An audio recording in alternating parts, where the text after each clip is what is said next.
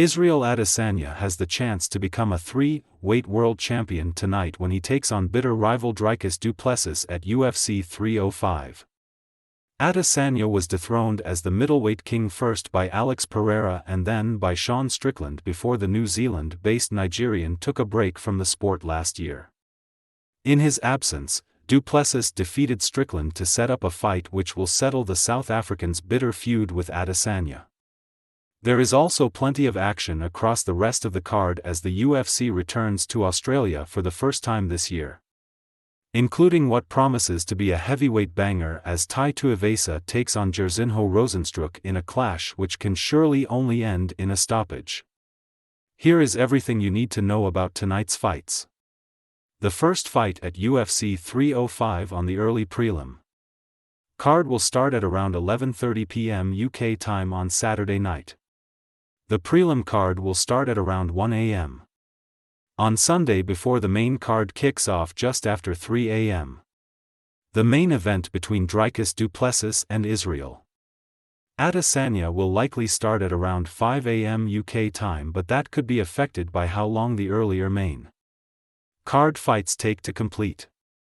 Main card: Dricus Du Plessis vs Israel Adesanya, Kai Kara, France vs Steve Erceg, Mateusz Gamrot vs Dan Hooker, Tai Tuivasa vs Jairzinho Rozenstruik, Liang Li vs Carlos Prates, prelim card: Junior Tafa vs Walter Walker, Josh Culibao vs Ricardo Ramos, Casey O'Neill vs Luana Santos, Jack Jenkins vs Herbert Burns, early prelim: Tom Nolan vs Alex Reyes, Keenan Song vs Ricky Glenn, Stewart Nickel vs Jesus Aguilar, Israel Adesanya: I didn't really prepare to win the belt or make history.